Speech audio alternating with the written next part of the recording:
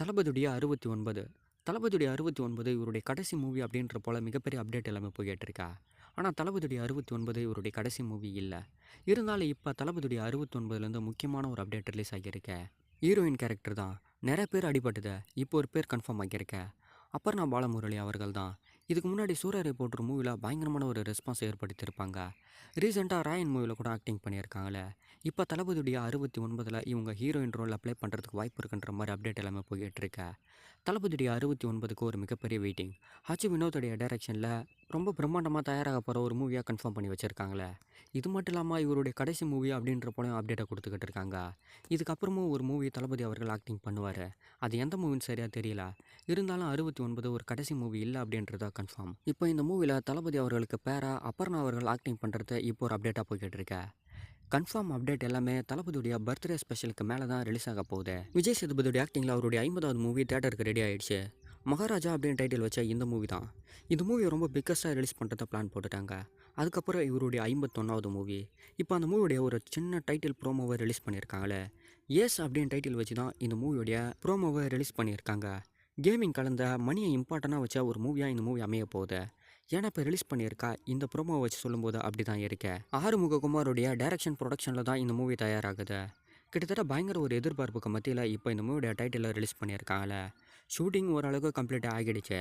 Next இந்த மூவியில் இருக்க டைட்டில் டீசர் அது மட்டும் இல்லாமல் இந்த மூவியோடைய ரிலீஸ் டேட் தான் ஒரு மிகப்பெரிய வெயிட்டிங். 2024 எண்டுக்குள்ளே கன்ஃபார்ம் இந்த மூவி தேட்டருக்கு வந்துடும்.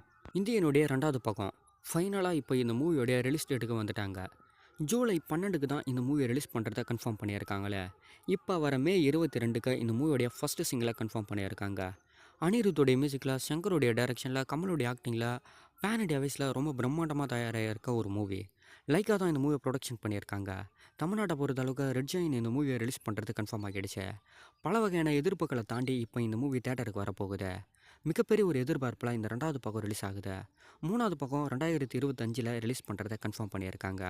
கமலுடைய ஆக்டிங்கில் கண்டிப்பாக ஒரு மிகப்பெரிய வெயிட்டிங் மட்டும் இல்லாமல் எதிர்பார்ப்பை இந்த மூவி பூர்த்தி செய்யும்னு நினைக்கிறேன். இது மட்டும் இல்லாமல் சங்கருடைய டைரக்ஷனில் 2.0க்கு அப்புறம் இந்த மூவி ரொம்ப பிரம்மாண்டமாக ரிலீஸ் ஆக போகுது. எந்த மாதிரியான ரெஸ்பான்ஸ்லாம் ஏற்படுத்த போகுதுன்னு கண்டிப்பாக தேட்டரில் பார்த்து தெரிஞ்சுக்கலாம்.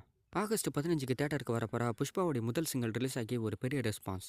இதனுடைய ரெண்டாவது சிங்கிள் மேவுடைய எண்டுக்குள்ளே ரிலீஸ் ஆகும் அப்படின்றத கன்ஃபார்ம் பண்ணியிருக்காங்க.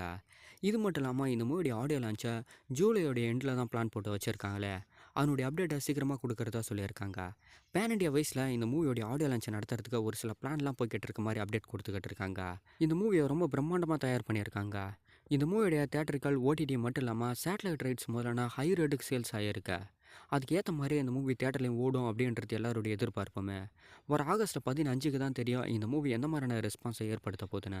வெற்றியோடைய ஆக்டிங்கில் வர மே 24க்கு பகலரியான் அப்படின்னு டைட்டில் வச்ச ஒரு மூவி தேட்டருக்கு வரது கன்ஃபார்ம் ஆகிடுச்சு. இப்போ அதனுடைய புக்கிங் கூட போய்கிட்டு இருக்க. இது மட்டும் இல்லாமல் ராமராஜோடைய ஆக்டிங்கில் ரொம்ப வருஷம் கழிச்சு அவருடைய 45வது மூவியான சாமானியன் மூவியும் வர மே 24க்கு தான் தேட்டருக்கு வரது கன்ஃபார்ம் ஆகியிருக்க.